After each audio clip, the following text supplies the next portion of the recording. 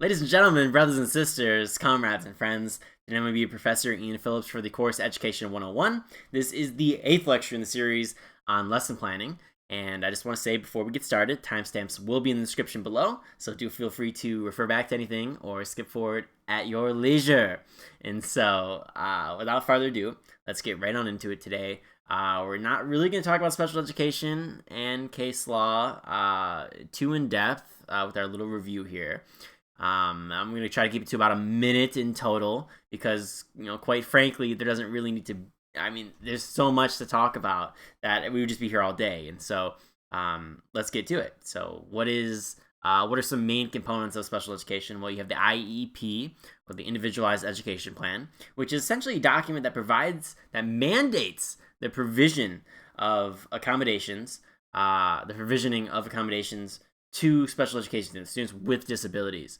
And so you've identified a student with a disability and you want them to meet the same standards that everybody else has to meet, and you're going to try to provide them with some accommodations in order to help them meet those same standards. And so that could be like simplified directions, text-to-speech. There's no shortage of accommodations, but they are individually designed with the child's disability in mind. And so that's the IEP. 504 plan is pretty similar, except it tries to foster accessibility. So you're not really altering teacher instruction that much, as opposed to just trying to make education more accessible to that student so they can meet the same standards. So IEP versus 504 plans.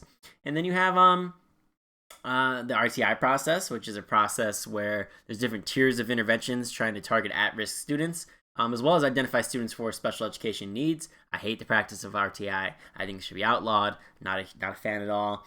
And then you have the least restrictive environment, which is the idea that if you're going to remove a kid from the general classroom into something such as a resource room, a special education classroom, behavior room, something along those lines, then there has to be a really good reason for you to do so, right? It has to be backed up by evidence, and there has to be some good support to making that decision. And so you can't just do it at a whim, and nor should you do it at a whim. And so that is a pretty solid review. Now, least restrictive environment is one of those things where again, we're going on the tangents, right? Least restrictive environment is one of those things where people are, it's good in theory, but it's not good in practice. People tend to misuse it. Oftentimes, you'll notice as a teacher that a lot of the kids that are in your classroom, just in general, special education or not, shouldn't be there.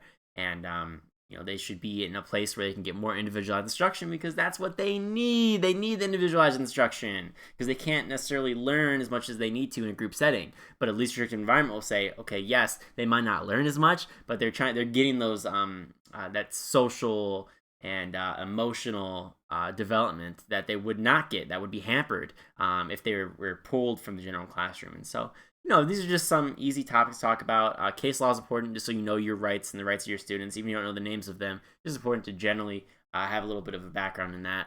And that's pretty much it. So that's a solid little review, and we'll get into lesson planning today. All right, so lesson planning. I figured it would be easiest to talk about lesson plans by showing a sample lesson plan, and we'll break it down by area, describe their importance, and it really shouldn't take too long. I'm just going to show you one plan where hey, look, it might not even be relevant to your subject area, but it's a plan that you can copy in the future. And one of the funny things about lesson plans is that people think that, especially people outside the field, think that teachers are making lesson plans all the time. And that's just not true at all. It's like you almost never make lesson plans. And when I say you don't make lesson plans, it's like, yes, you're planning for your lesson, blah, blah, blah, right? But you're not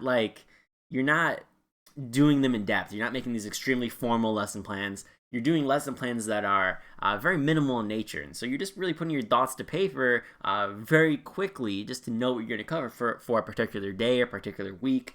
But you're not really doing them too far out into the future, and nor should you, because then you're not using data if you're planning so far out into the future, because you don't know what the data is associated with your students. And so that's one thing about lesson plans. But then another reason, too, is formal lesson plans take a lot of time. And so you're going to only be using these really when you have some form of teacher evaluation or an interview or something along those lines. Or maybe every once in a while you have a really good project and then you want to make a very formal lesson plan to justify it, because you're going to use it for years to come. And so, look, if you make one lesson plan every 2 weeks, it's like, well, then in 10 years you have extremely formal lesson plans, which are research-backed, evidence-based. And after those 10 years, it's like you never have to make another lesson plan ever again. You have 180 examples, and it took you over 10 years to do it, but it was only one a week, and like that's more manageable. And so lesson planning, you're going to be using these sparingly on a very formal basis, but you got to know how to do them.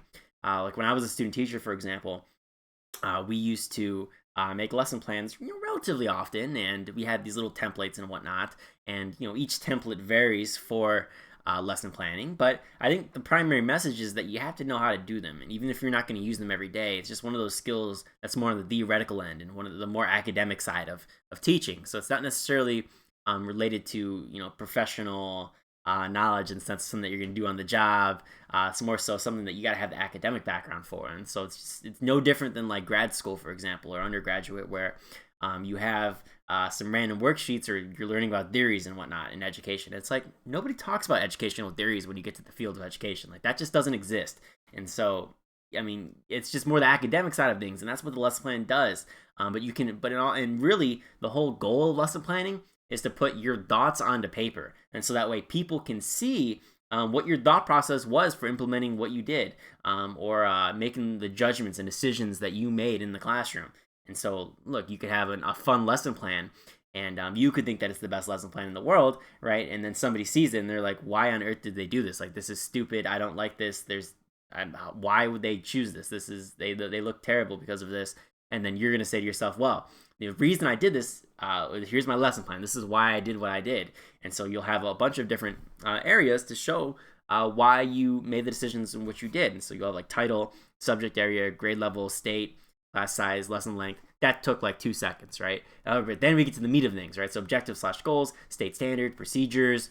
You'll have next day notes. You can have formative assessments, summative assessments, connection to prior grade, connection to research, and you're going to cite everything, right? So you get your references here. You have a whole bunch of citations. So you're connecting theory to practice, and so that's going to protect yourself, and it's also going to make you look better as a teacher, and it's also going to allow you to self-evaluate yourself, right? And know what methods are the best for teaching your students, because if you're using methods that, quite frankly, don't have any evidence, well, then you probably shouldn't be using them. And if you are using them, they better be highly correlated with your own student data, and you should know how to not only collect data, but also know how to analyze that data and assess it, and that's a whole other topic. And so that would go back with what we talked about with performance index scores, for example, where you can calculate a performance index score to show trends over time, and you can also relate those back to the trends in your state too, because if your state is performing infinitely higher than you are, it's like, well, then you probably have some work to do, or maybe that's just even your demographic, right? And so maybe you should look at the demographics in schools that are similar to yours, and see if you're meeting those targets or you're exceeding them, because you always want to be doing better. And so lesson plans, very important to put your thoughts onto paper. And another thing too is, like, with the lesson plan, it's really just a matter of taking everything that we learned in the first 7 lectures and just putting it into one, and just putting all of those influences, which is what that really is the thought process behind all these lectures, and influences such as data-driven instruction, differentiation, behavior management. You're really just expressing these onto paper, and you're trying to make lesson plans that are extremely engaging and that students are extremely motivated to complete. And sorry, I hit my little heater there. And they're extremely motivated to complete onto paper, right? So people know what you're doing, right? And you're using these best practices and creating these fun, engaging lesson plans that can actually teach the students in a proper manner. And so, data, behavior management, differentiation, special education, case law. There's no shortage of things. Technology and its integration into the classroom. Like, how are you putting all these different components into one final tangible product? And so that's what the lesson plan is, and what's what it seeks to do. And so without further ado, though, we'll get into it. And this is just a sample lesson plan. You're going to have lesson plans that you're going to create, and so you might want to mimic something along these lines here, but obviously it won't be the same unless you're teaching 7th grade history in the state of Ohio, or maybe 7th grade history in general, if there's similar standards, or 8th grade or 6th grade, or whenever they teach ancient world history and the Romans. And so here we go, though. We're just going to start off. We're going to go section by section,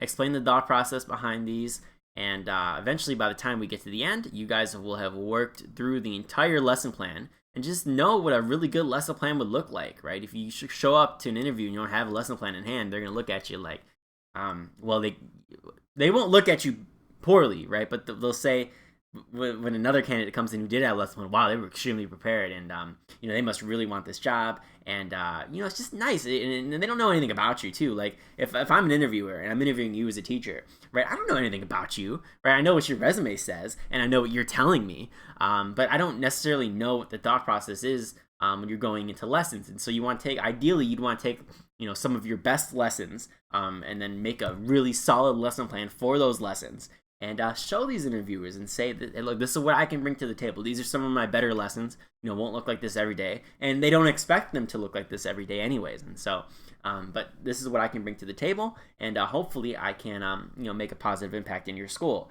And so here's the lesson plan here. We'll go section by section, and I'll just give my thought process. All right, so the first one here is title. Just a little thing so they just know what to expect. Virtual Coliseum field trip. And it's also just for you as well. So if you're cataloging these things, like, yeah, you got your file name and whatnot, like up at the top, for example.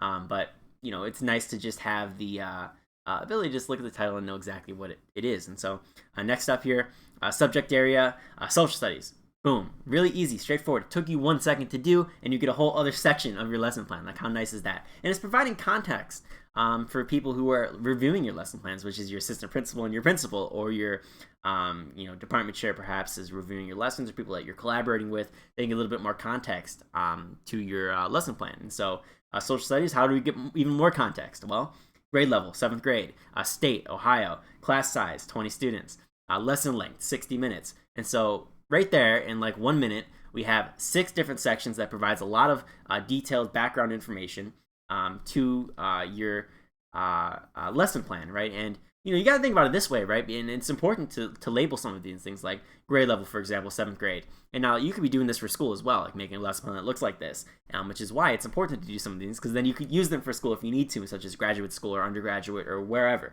And so, but it also provides more context to people who are just reading it. And so maybe they're just forgot for a second. You save them a minute of your time. They're going to be thankful for that. And it can only look good on you, and it can't harm you. And so it only takes 10 seconds of your life to make another section. So it's really not that bad. And so grade level. Why is that important, for example? It's like, well, what if you're teaching 12th grade? 12th grade versus 7th grade is going to be a little bit different in terms of their ability level and things that you should expect of them, for that matter. And so grade level, 7th grade. State, Ohio, obviously the standards are different in each state, so there's something there, but we'll cover that later on with the standard as well as we scroll down on the lesson plan. So anyways, that's the beginning section. You're just providing some background, some information about your demographics, and that's pretty much it. So you could even include something along the lines as, even the demographic breakdown of your students, like how many ELL students you have, how many special education students you have in the class, how many economically disadvantaged students do you have in the class, right? So you could break it down by demographic as well, and that's something that would be pretty interesting to do for a lesson plan. I don't really see many people doing that, but you don't have to do it. And so you don't even really have to do some of this too, but it's just a good thing to get in the habit of doing. And so, well, there's that. Next up, objective/goals. Really, an objective/goal is, and we're going to read some examples here, is just designed to tell people what you wanted to accomplish from this lesson. Like, why were you doing it in the first place? Why did you choose to do what you did? What is the objective? Like, what's the purpose of this? It's like, yeah, you're doing a virtual Coliseum field trip. It's like, but why? Like, why are you doing that? Like, what's the purpose of that? Like, do I even care at all? Right? Why should I care? Right? So you got to state your objective/goals, right? What's the goal of this? Like, if I'm walking into your class, I have no idea what your motive is. I don't know what your goal is. You have to express that. And so you say objective/goals. And so there's that. So we just list a few examples here, as well as for your goals as well, but also for the students too. So we can't forget about them, right? And so this is really going to be concerning them, but also you too. And so objective/goals: to be able to identify what Roman amphitheaters were, to effectively use a technology-based geographic tool in order to virtually navigate around the Roman Colosseum, to be able to work collaboratively with peers to complete a poster project. 4, to effectively use a rubric that guides one's presentation regarding the Colosseum. And so you're stating your objective/goals, and this is what you want to accomplish, and what you want your students to accomplish throughout this lesson plan. So there's that, objective/goals. Next up, state standard, Ohio Content Statement number 2, written as: the civilizations that developed in Greece and Rome had an enduring impact on later civilizations. This legacy includes governance and law, engineering and technology, art and architecture, as well as literature and history. The Roman Empire also played an instrumental role in the spread of Christianity. Ohio Department of Education 2019b, page 1. And so, pretty interesting there. We have the Ohio content standards written out. And this isn't the entire, what the standard would mention, right? Because it would give you some more context and in-depth information about things that you need to cover. But this is just the overview. This is a content statement itself. And so, pretty broad. Like, you can cover a lot of different things. So it would obviously define that you're going to talk about the Colosseum, for example, or amphitheaters in general, not necessarily the Colosseum. But, that's something that it's going to be open-ended until you look at what some of its details are underneath this content statement. But you're just providing the context so they know exactly what you're relating things back to, right? Because you're not just covering things arbitrarily, right? Like, you're covering them because it's a state standard. And if you're not covering the state standards, well, then you have some serious self-evaluation to do because you're just, teeter-tottering between the line of getting fired and not getting fired. And so you got to be always paying attention to the state standards and then following those. Whether or not you agree with them is irrelevant. Again, it's kind of like with the IEPs and special education. It's like whether or not you agree with it is irrelevant. You have to be covering the standards because that's what we expect. It's a state standard. It's a mandate. They got to learn these things for the particular grade that they're in. And so, state standard. Next up here, we got procedures. And the procedure is really just a step-by-step breakdown of what you're going to be doing throughout the lesson. And so day 1, for example, you can list it by day. You could do day 1, day 2, day 3. This is just going to be a one-day lesson plan. I just wanted to make it like a day in the life type situation. And do note as well with your procedures that these are just rough estimates, right? Like, obviously, like, you're probably going to take things into consideration as you formally assess your students and say to yourself, well, look, everybody's taking a little longer on this. They seem to really enjoy it. We're just going to spend some time, stretches over another couple days or something, right? I mean, you can think about it that way. And so you can add more time. You can take away time. It really depends on what the situation is and what your students are doing. And so this doesn't necessarily have anything to do with well, I just lost my train of thought here. So it doesn't necessarily have anything to do with just the estimate itself, right? Even though the estimate is important, you're really going to be, it's just what you think is going to happen. It's not necessarily what is going to happen. So that's what I was trying to say there. Next up here, 1, begin with a formative assessment of knowledge covered in the previous day in our class notes. The formative assessment will be the following: writing prompt /DWB, which is, quote, describe what Roman amphitheaters were, which utilizes the power verb describe and helps recuperate focus at the beginning of the lesson. Finish 10 minutes in. And so, we're providing some context about what students are going to do, what I'm going to do, and that's just the first step. And so you're listing the steps, 1, 2, 3, just providing some nice little numerical bullet points there. Next up here, review the writing prompt as a class by first breaking down the structure of the question. For example, the class would be asked, who wants to say what describe means using our power verbs posted on the wall, and students would be called on accordingly. Once the breakdown of the question is finished, students will be asked to share their answers and will be called on accordingly as I write their answers on the board, formulating them into a proper paragraph, right? So you're using very professional language and just describing what you're doing. That's all this is. That's all the procedure. You're just describing what you're doing and what your students are going to be doing simultaneously. Finish 15 minutes in. Again, another rough estimate there. Could take 16 minutes. Could take 17. Could take 11. Could take, 20, right? But it's just a rough estimate. That's all it is. 3, transition to a virtual field trip and make sure that all students are paying attention. Once attention is gathered, begin modeling how to navigate Google Street View at the Roman Colosseum. So finish 25 minutes in. 4, provide students with time to access Google Street View through Canvas and spend 15 minutes navigating the Colosseum. Finish 40 minutes in. 5, following the field trip, begin providing directions for a collaborative poster project regarding the Colosseum, reviewing expectations via a handout, translated as well, with rubric and modeling. With a rubric, with a handbrake. Check that. We could have added a there. With a rubric and modeling what it would look like to the class on the smartboard. Finish 45 minutes in. And then you'll note here, this is one thing I wanted to get step 5 for certain here.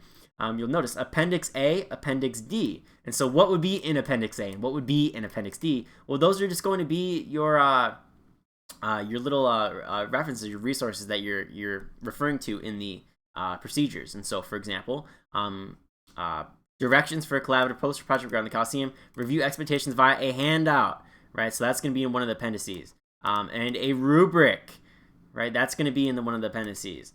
And so Appendix A, I think, was the rubric. Appendix D was the handout. So I could have switched them around, but hey, look, that's where they know where to go, so they can find those resources that were being referenced on those handouts.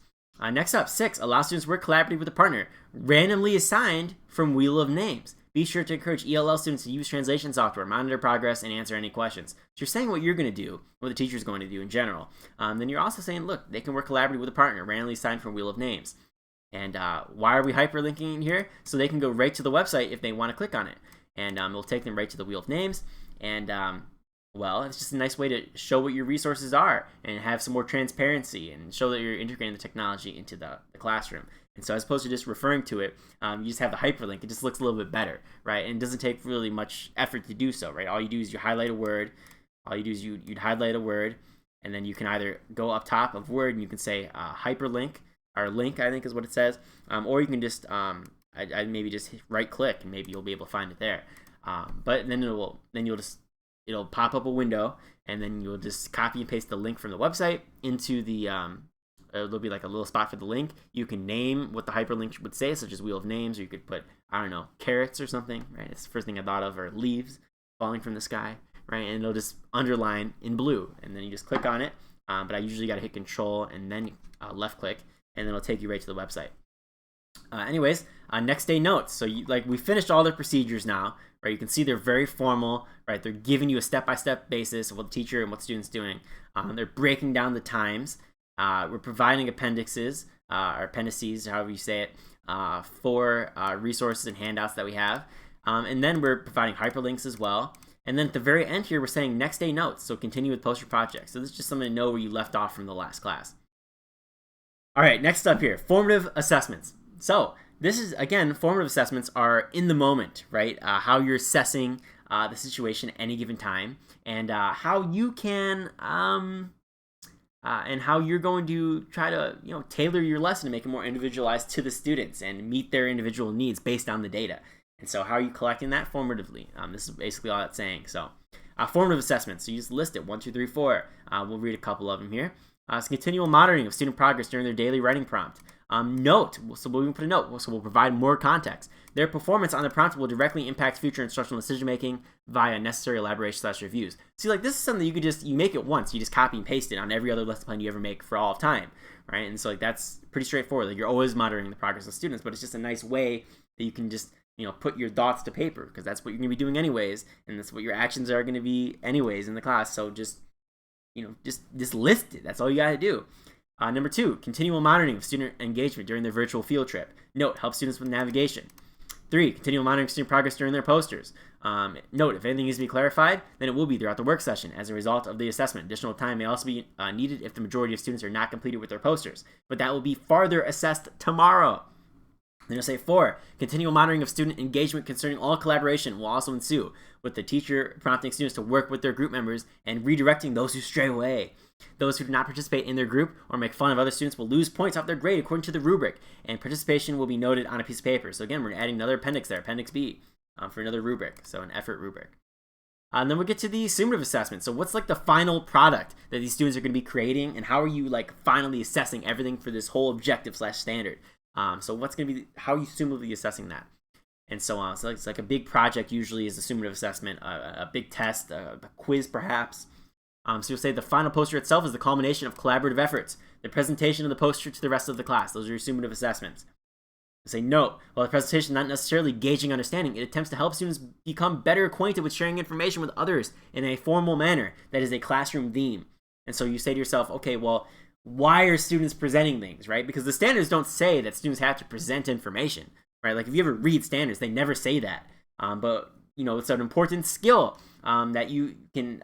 It's an important skill, a differentiation method where students can learn in the same process as well as communicate information to others. And so when I think of this, I kind of think of technology, for example. It's you don't got to use technology to teach, but it's a differentiation method that's going to help students become more prepared for the real world, right? They don't know how to use technology. They're going to have a tougher time getting a job and holding one down and excelling in their careers, whatever that may be, or academics moving on from post-secondary education. And so, tertiary education in general.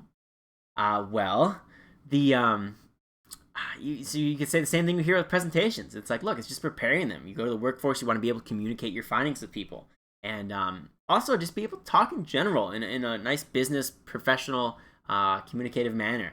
And I think that's something that the students can somewhat appreciate in some capacity. They always don't. Not everybody likes presentations, but it's going to be something that if they've never done it before in their life and they get to the job and they're expected to do it, well, then it's going to be difficult. And like not everybody's giving presentations all of the time, right? That's just simply not the case.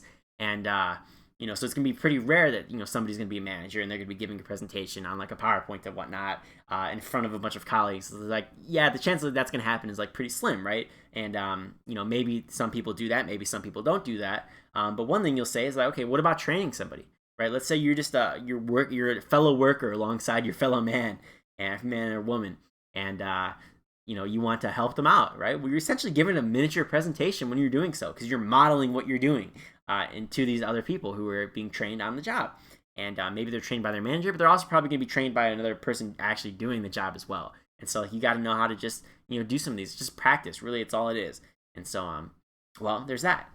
Next up, we'll have connection to prior grades. So how are you connecting their prior knowledge onto into this lesson here and building onto that?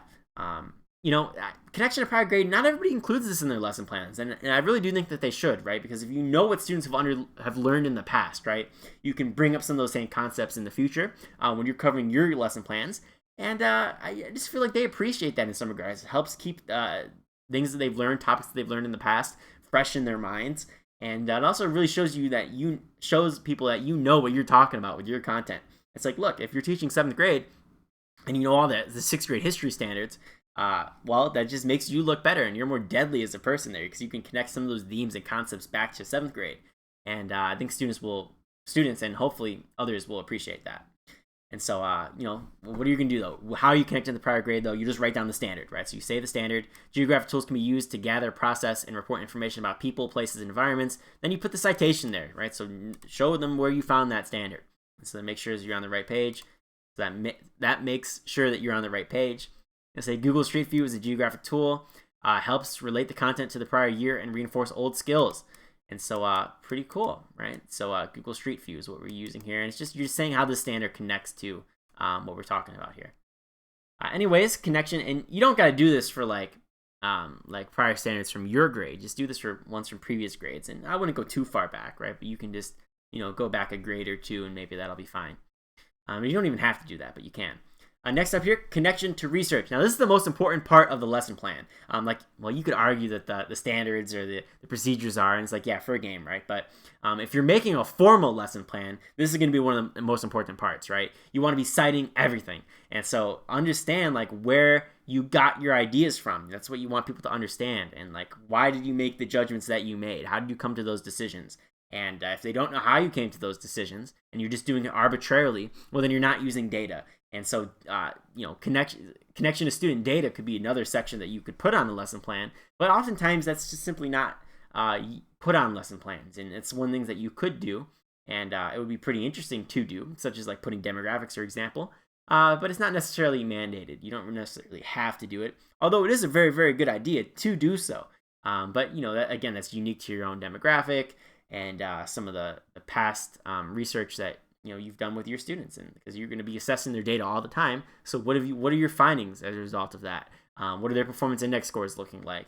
Are they improving as a result of you using certain techniques? Or are they de-improving? Are they responding negatively to that? And that can be very hard to come to those considerations, determinations, but it's something that you definitely could do, and you should do, but it should be more so a thought in the back of your mind. And at the start of a year, it's not going to be something that you're going to have any data on. So you're just sort of making lesson plans like this. And, so if you don't have any data on your target demographic, you're just going to ignore connection to student data. That's more individualized and whatnot. But you can do it. And so, anyways, connection to research improves the performance of culturally diverse learners by providing them with opportunities for structured collaboration amongst peers, in addition to the maintenance of a culturally safe environment. Then you just put a whole bunch of citations here. APA format. Right, you just do everything you can. Then you go down, you do another one. With the assurance of a supportive peer group. During presentations, the culturally diverse students should feel more at ease to try their best without fear of retribution. And so that's a big thing nowadays. They love culturally safe environments. They love talking about culturally diverse student bodies. That's a huge thing now in education. And so you want to be talking about it. You got to know what the research says about this particular topic. And so, and it's important, right? Because, different students come with different backgrounds. And so it's not necessarily even to say that they're from a particular culture in general, but it is to say that, like, you're trying to relate things back to student interest, as well as, culturally, as well as their cultures as well. And so when we say culturally diverse students, yes, they could be from a different culture, but it could also be like just different interests and just different students in general, which could be, heavily correlated with their own personalities, right? And are people who have their own interest is a better way to put it.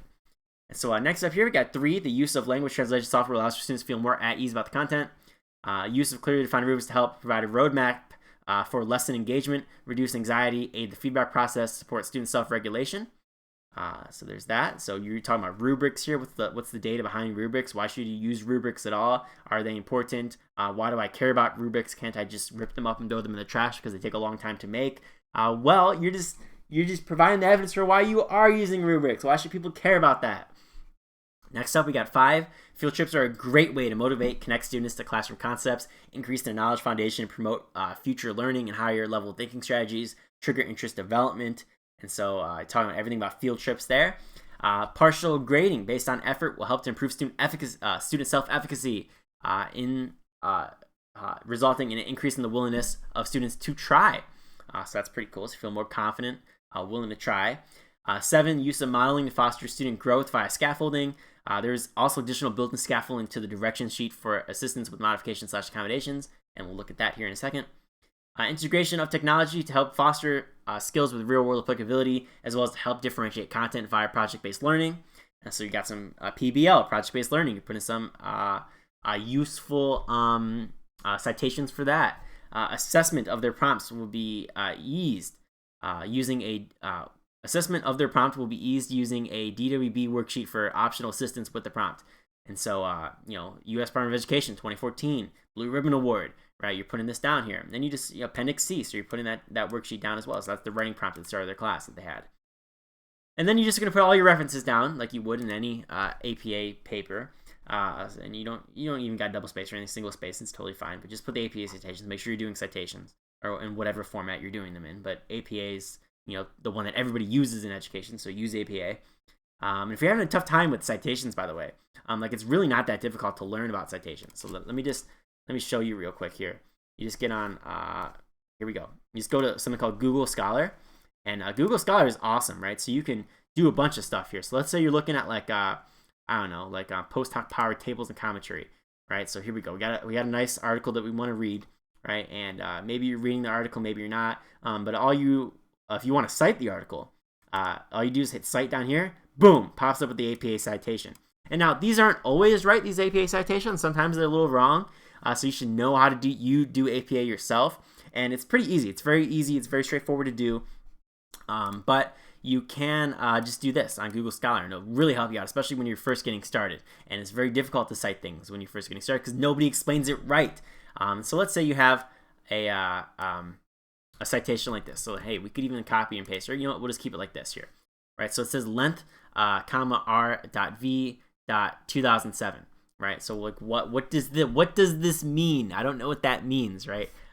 So length. What does length mean? That's just the last name of the person. Comma, you're gonna put their this will be like their first name, and so you just the first name initial and then middle name initial right here. At least I think I got that right. Watch me be wrong the one time I'm explaining it. Then next step, you just put the year that the article was published. And so you put 2007. Then you put that in commas. You just put a dot. You hit a space. And then you're just going to put the title of your article that you have. And so say post hoc power, right? Colon.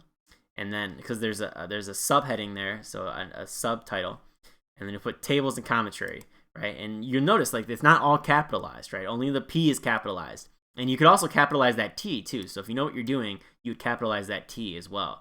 And so you do post hoc power, tables with a capital T, and commentary. So anything after the colon, only the first letter after the colon is going to be capitalized. Nothing else is capitalized. Unless it's a pronoun. If it's a pronoun, then you capitalize it. But the P would be. So always the first letter of the first word is always going to be capitalized. So then you put a dot there, so after the title. And then you're going to get to the publisher themselves, like who was publishing this, right? So it says Iowa City Department of Statistics and Actuarial Science, comma, University of Iowa, so it must be some form of collaboration, and then comma here, then you're going to put the page numbers that you found it in, right? And so that just must be the publisher. So, well, that's pretty much it. That's all the APA citation is. It's very easy, very straightforward, not that difficult, but people explain it terribly all the time. Anyways, that's the references. After that, you got your appendixes, right? So oral presentation rubric, Appendix A, Appendix B, effort rubric, Appendix C. This is just your writing prompt outline that they can use if they want to, just a way to break down the question in DWB. And like I first had to use these when I was in a charter school. And I don't know. I mean, I kind of like them a little bit. I'm not a big fan of like that. I just the idea of using a writing prompt every day is what they used to make us do. Like that's pretty appealing because it's like a nice form of bell work. It helps get the class like recuperates focus at the beginning. But it is pretty interesting how I use these for 2 years straight, constantly. So they write out the prompt here and they break it down. So it says do. All right, what are we doing, right? And there'll be like a power verb there. So like describe, identify, compare, contrast, analyze, assess. Right, evaluate, whatever that power verb is. They're just gonna write that down. What are they doing though? And so they're evaluating what, right? And you say what a Roman Colosseum is, or what a Roman amphitheater is, right? So they say what a Roman amphitheater is, and the B is just where their answer goes, like the because is what it's supposed to mean, right? But you just put the answer there in bullet point form, and then you write out your answer in paragraph form there, right? So you got obviously your dent, your proper punctuation, grammar, and all that. And I don't know, it's a cool little tool that I was provided with when I was at a charter school, and I don't know, it just sort of stuck with me. I actually do kind of like them still, and as much as I wasn't necessarily a fan of all the practices, I was kind of a fan of this, and I think that there's good evidence that this can help some people, but not all people, and like eventually the goal is to wean them off from doing this, right? So they can just do the proper paragraph portion, right? But take what you can get. And next up here, you got the Appendix D, so you just hyperlinked it, right? Because the worksheet's very big, it's very long, it's very arduous, very tedious. So, like, why would you take 4 screenshots and just put them all down here, right? Because maybe you can't, see if there's like a border, for example, you can't just copy and paste it, right? And so then you'd have to take pictures of it. And so you just hyperlink it, right? And then you go into Coliseum Poster / PowerPoint project, and boom, right? So this is the thing here. So you got all the directions, right? You want to make things very official when you're doing a formal lesson plan, right? And like these are things that you should be doing for major projects anyways, because it just helps out your students. And it's one of those things that takes a lot of time, so maybe you don't always do it, right? But do it whenever you can, such as like translating the worksheet, right? So maybe you have a worksheet here in English, right? Just translate it in Spanish as well, and you can do this very easily. Just use Google Translate, for example, if you don't know Spanish, and just put your picture down, get the same picture. You translate the little note sections, and the whole like. So it's the exact same worksheet, just the Spanish handout version of it. So there's that. Helps out your ELL students and whatnot, people who are learning the language, and that's pretty much it. Anyways, that's all portions of the lesson plan. That was a very in-depth, detailed lesson plan. You can see it took about half an hour to get through here, maybe a little longer, 38 minutes to get through here. And it's one of those things where like you're not going to be doing them every day, right? But when you are doing them, take them seriously, right? Because once you do it once, you're done forever. Like if you're going to be teaching for the next 40 years, right? 40 years, think about that, right? Because like, I don't know, for some reason people think that teachers can retire early. It's like, I don't know who told them that, because that's just, no, that's not true. We're not in the military or we're not police, right? So like dispense with that idea, right? If you get a job at like 22, right, you're going to be teaching for like 45 years or something, right? And so like if you make these lesson plans now, eventually you never have to make them again in the future. And like you'll tweak them as time goes by, but if you got these all fleshed out, it's like if you alter 5% of it, right, it's really not that, it's not that big of a deal, or 10% or whatever it is. Maybe eventually down the line you alter it significantly, but the small increments over time and small adjustments, is a lot easier than making big adjustments all at once. And so that's pretty much it with lesson plans. There's again not much more to say. If you guys got any questions on these, I'm always happy to help you out. It's one of those things that you should master when you're a student teacher, so that way when you get into the job market, at least you know what to expect. So for teacher evaluations, if you're ever alerted that one's going to happen, make one of these, right? Because it can only help you out on your evaluations and reviews, and it can't hurt you.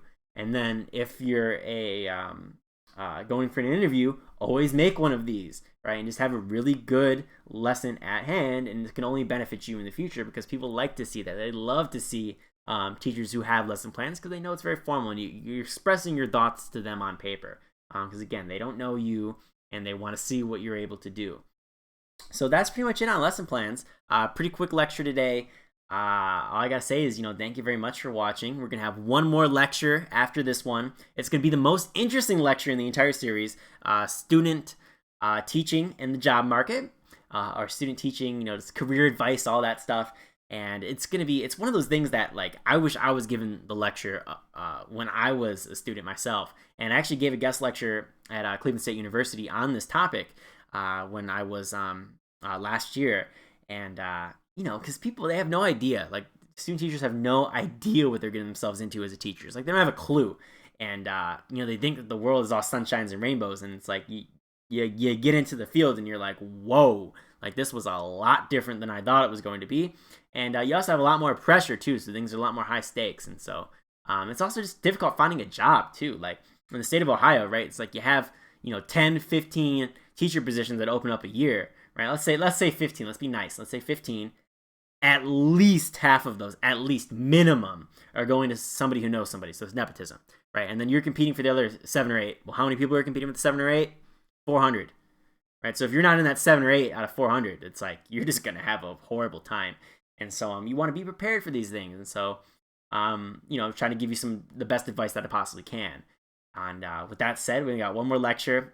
Be sure to follow me on social media at Ian Phillips USA. Links are in the description below. APA citation is in the description below.